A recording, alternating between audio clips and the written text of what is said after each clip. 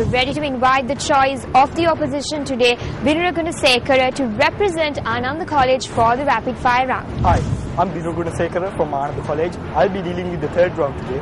Ladies and gentlemen, prepare to be bamboozled. Ready to listen to the choice of Ananda College. Binura, what is your selection? Radinka, Tanuki and Devmini. Proposition, you may begin the question. Do you believe that in terms of your stance on federalism, Sri Lanka is a country which spreads over 65,610 square kilometers. Is it practical to have federalism in such a small country? Ma'am, we've told you this before. It's not our burden to defend federalism, but I'll ask you a question, ma'am.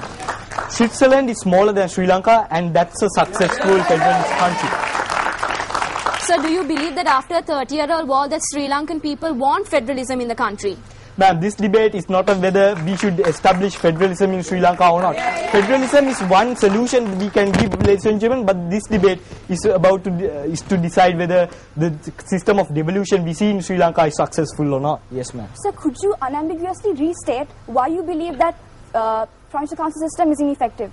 Ma'am, the provincial council system is ineffective firstly because these provincial councils have no power at all. The constitution gives these councils power over land, the power over police and things like that, but the constitution itself takes back these powers by saying that look, you need a commissioner, you need a commission to for the governor to take control of these powers, and these commissions haven't been established since the very establishment of these provincial councils themselves. Yes, ma'am. So don't you believe that devolutionization means sharing, and the government has the right to share powers, specific powers, where they can benefit the nation as a whole and not only the province, but understand the provincial problems also? Ma'am, the very reason for why we need devolution is that different provinces have different needs, and that's why we need devolution, ladies and gentlemen. And if the government can basically interfere at any time, that's not devolution, that's rather decentralization, ladies and gentlemen. Yes. Sir, could you, do you agree that provinces of Sri Lanka have developed to a certain extent?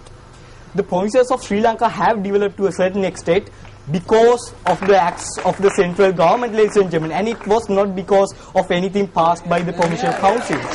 Sir, roads, infrastructure is held by the provincial council, and these are what is being developed in the provincial council, in the provinces. Therefore, the provincial council has established certain powers and developed the provinces. Ma'am, what can a provincial council do with 1% of the GDP?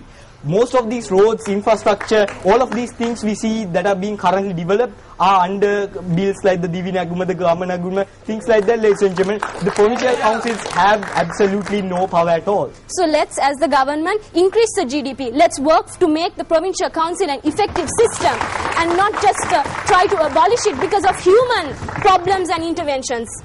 Ma'am, the very fact that you agreed that this system needs to be developed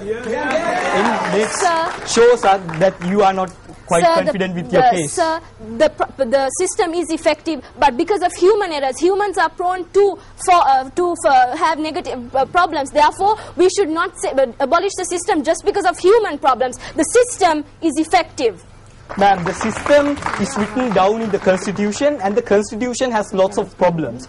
You can put down the best governor you have, you can bring out the best board of ministers you have, ladies and gentlemen, but it's not going to change anything because the provincial councils do not have power over anything. They can't control their own land, they don't have power over their sovereignty, ladies and gentlemen. They can't even control their own educational institutions. What is the use of provincial councils in this case?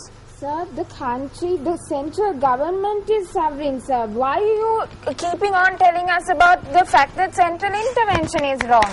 Ma'am, devolution is about giving sovereignty to those provinces so that they can take decisions regarding their own province, ladies and gentlemen. And we believe that when the government interferes, it's not that effective because different provinces have different needs. So if these needs are supposed to be looked after by the provincial councils, and if by any chance there are situations where the government understands that these needs are not being provided to a certain extent, then can the government intervene?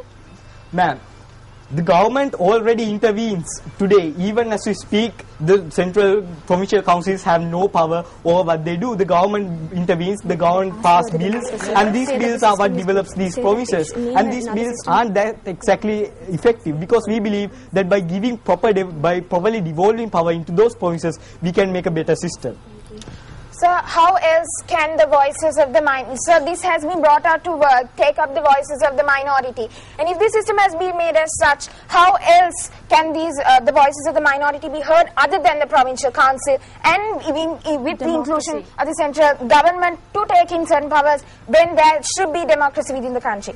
You talk about a lot of things that are not there today, because for example, the governor is appointed by the president, and the governor works in the interest of the president, ladies and gentlemen. The governor has no correct sovereignty over what he does. So for all these reasons, we highly urge the House to side with the opposition. Thank you.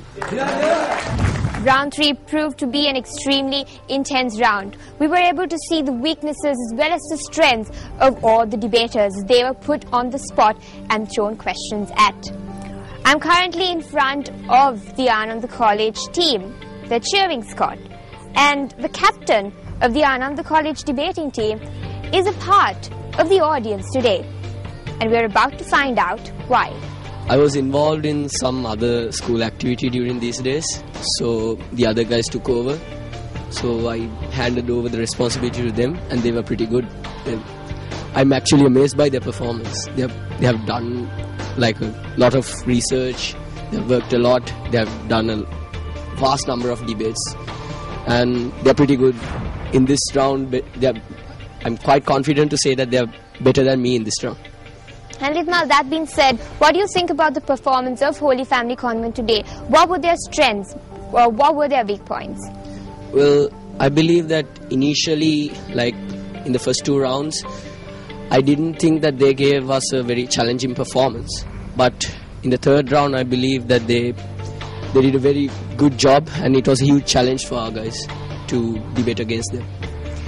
Ananda College Colombo has a massive audience today, and boys, you have any particular message to be sent out to the audience as well as the team members from Holy Family Convent Colombo?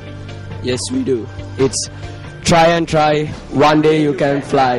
And we also have with us Holy Family Convent Colombo, and I have with me Daniela. Daniela, what do you think of the performance of Holy Family Convent compared to Ananda College? Well, I think they were both good. And I think our girls have a fair chance of winning because, I mean, like, whatever, let the judges decide, but I think they have a fair chance of winning. In your point of view, how would you rate Ananda College Colombo? Was their performance exceptional? What were the weaknesses you saw?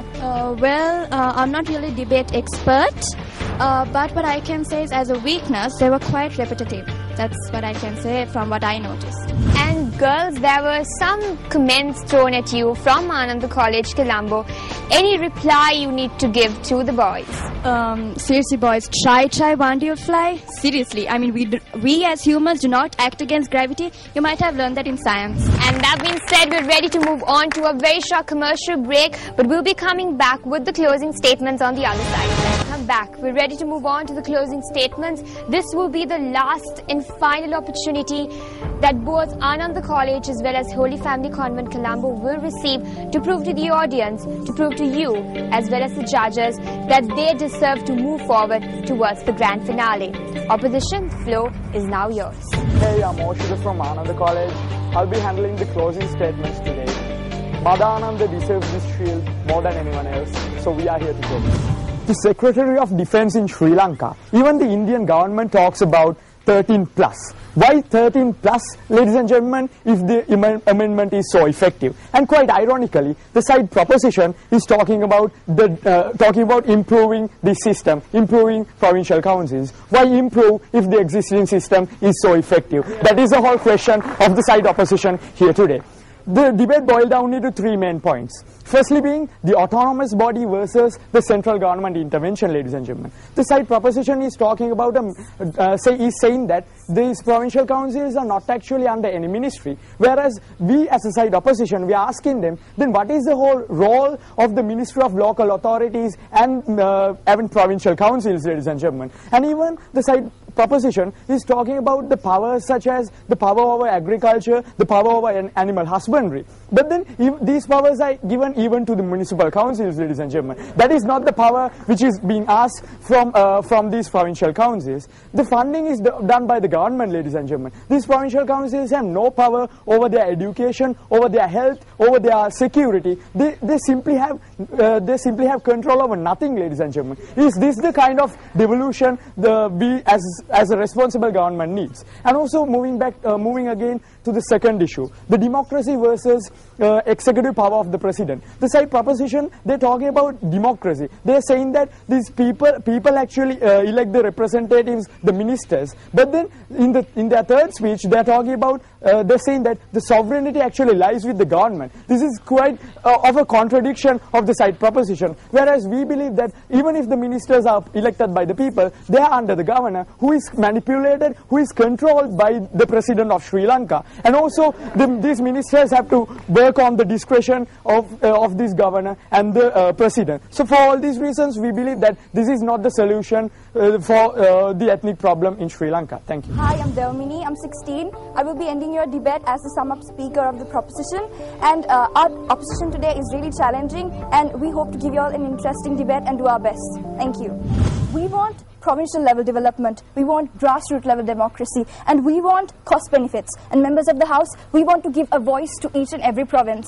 Honourable adjudicators and dear members of the House, our honourable opposition has clearly put you all in an illusion. Members of the House, they are stating that the provincial council has to be sovereign. First of all, they are stating that more powers have to be devolved. We showed you, members of the House, that 37 powers have been devolved to the provincial council, and any sort of flaws in the operation are not included in our mandate, members of the House, because we are stating that the provincial council system is effective. And our first speaker clearly stated, we define the topic as we are debating on if the system is effective or not. And members of the House, they also put you an illusion by telling you, pointing out to you certain flaws in the constitution. Now, honourable members of the House, we would like to question our honourable opposition, our intellectual opposition. They are pointing out flaws in the supreme law of the country. Now, members of the House, and they're also saying that the 13 plus would be more effective. In the last speech, members of the House, we would like to question this as well. And as the last speaker, members of the House, let me tell you that our esteemed opposition has failed to rebut our arguments on grassroots level democracy. They didn't tell us what they are going to do about the grassroots level democracy, and they are saying, members of the House, that there is no democracy because the president elects the governors.